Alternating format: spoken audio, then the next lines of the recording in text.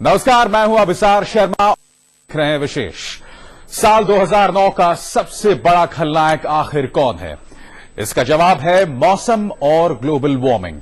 UN की ताजा report के मुताबिक 2009 में करीब 92% प्राकृतिक हादसे मौसम में हुए बदलाव की वजह से हुए हैं। इसका सीधा असर 5.5 करोड़ लोगों पर पड़ा है और यह कहर बाढ़, तूफान और सूखे की शक्ल में सामने आया है।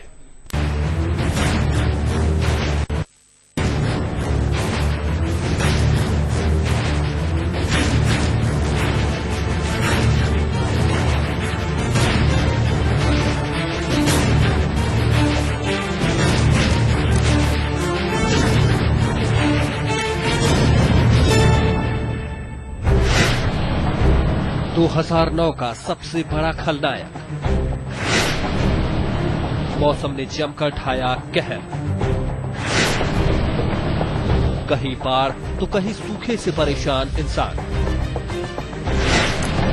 कहीं तूफान तो कहीं भूकंप से हिली धरती। 224 हादसों के पीछे बदलता मौसम।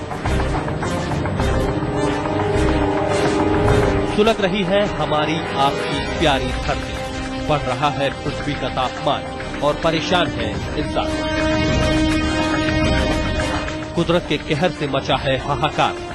सिर्फ साल 2009 में ही 245 प्राकृतिक आपदाओं का डंक झेला है धरती ने।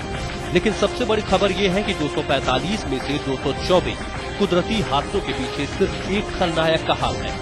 वो खलनायक है मौसम में बदलाव और ग्लोबल वार्मिंग।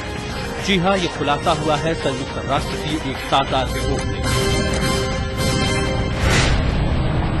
यूएन की ताजा रिपोर्ट में खुलासा,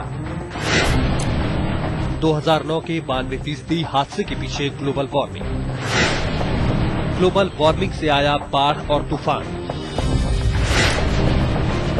ग्लोबल वार्मिंग से आया सूखा,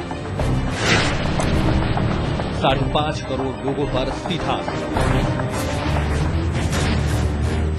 संयुक्त राष्ट्र की संस्था वर्ल्ड मीटीरियोलॉजिकल ऑर्गेनाइजेशन, विश्व स्वास्थ्य संगठन और centre for research on epidemiology of disasters ने ये ताजा रिपोर्ट जारी की है, जिसके मुताबिक 2009 में दुनिया में कुल 245 प्राकृतिक हादसे हुए और इनमें से 91.4% आपदा धरती गर्म होने की वजह से हुई।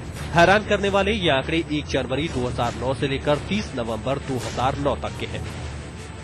चौंकाने वाली जानकारी ये है कि कुदरत की इस बार से दुनिया भर में करीब 5 करोड़ 80 लाख लोग प्रभावित हुए, जिनमें से 5.5 करोड़ लोगों पर असर सिर्फ मौसमी परिवर्तन की वजह से पड़ा। यूएन की 3 संस्थाओं की साझा रिपोर्ट में ये भी कहा गया है कि ग्लोबल वार्मिंग की वजह से हुए इन प्राकृतिक हादसों का सबसे अधिक असर देखने को मिला एशियाई देशों में।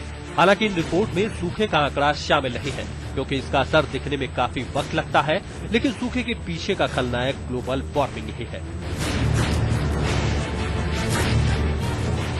2009 के सबसे बड़े खलनायक ग्लोबल वार्मिंग से निपटने के लिए और धरती को बचाने के लिए कोपेनहेगन में दुनिया के तमाम बड़े नेताओं को बैठक बुलानी पड़ी, लेकिन कोई ठोस नतीजा निकलता नहीं दिख रहा। शायद दुनिया को संजोने की मुहिम भी इस खलनायक के सामने कमजोर पड़ चुकी है। कुदरत का इशारा साफ है, वक्त अब संभलने का है, वरना आने वाला साल और भी खतरनाक साबित हो सकता है। आज तक